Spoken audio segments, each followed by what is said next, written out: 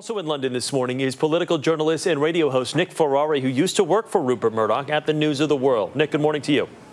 Good morning, Chris. Rupert and his top executives grilled for 3 hours yesterday. How would you rate their performance? I know there have been reports this morning that they seemed a little overly coached. That's true, but the only person really to get a blow on Mr. Murdoch and his son was the protester who was carted off by the British bobbies.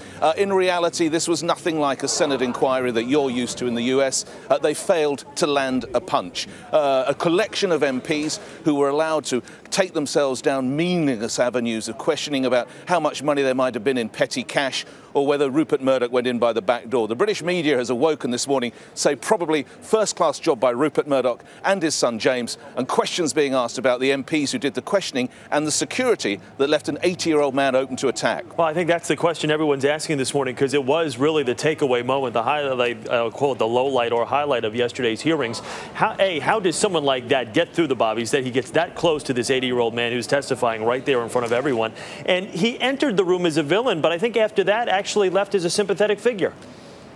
I think there's two streams of thought here. How he got in is now the subject of a parliamentary inquiry. It's worth telling you all he was a member of the Labour Party, the opposition party to the British coalition government. He's subsequently been suspended. He's also been dropped via tweet by his girlfriend, who was not that impressed. Others are saying it's the only way that Rupert Murdoch could have actually gained any sympathy. And in a way, he quite derailed the hearing, because however you present it, whatever this man may or may not be guilty of, hitting him, an 80-year-old with a foam pie like that simply isn't done. Briefly, this isn't the first time British Parliament's had this problem. This is the latest in a long string of security breaches, and there's a major inquiry going on behind me right now. All right, Rupert Murdoch yesterday said he was humbled, he was ashamed by all of this, but also did not take responsibility for any of this. Really kind of said, you know what, I did not know what was going on in this very minute part of my massive conglomerate. Can he dodge that charge that he just had no idea what was going on?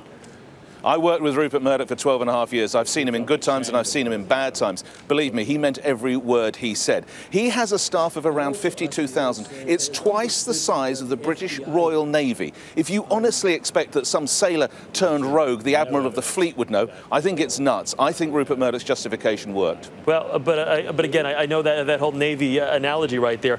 This is stuff that was on the front pages of a worldwide newspaper, so I think it was a little bit more in the forefront. Let me ask you about Prime Minister David Cameron right now. Is he maybe going to be under, I guess, some real scrutiny here of maybe not giving up as much information as he has?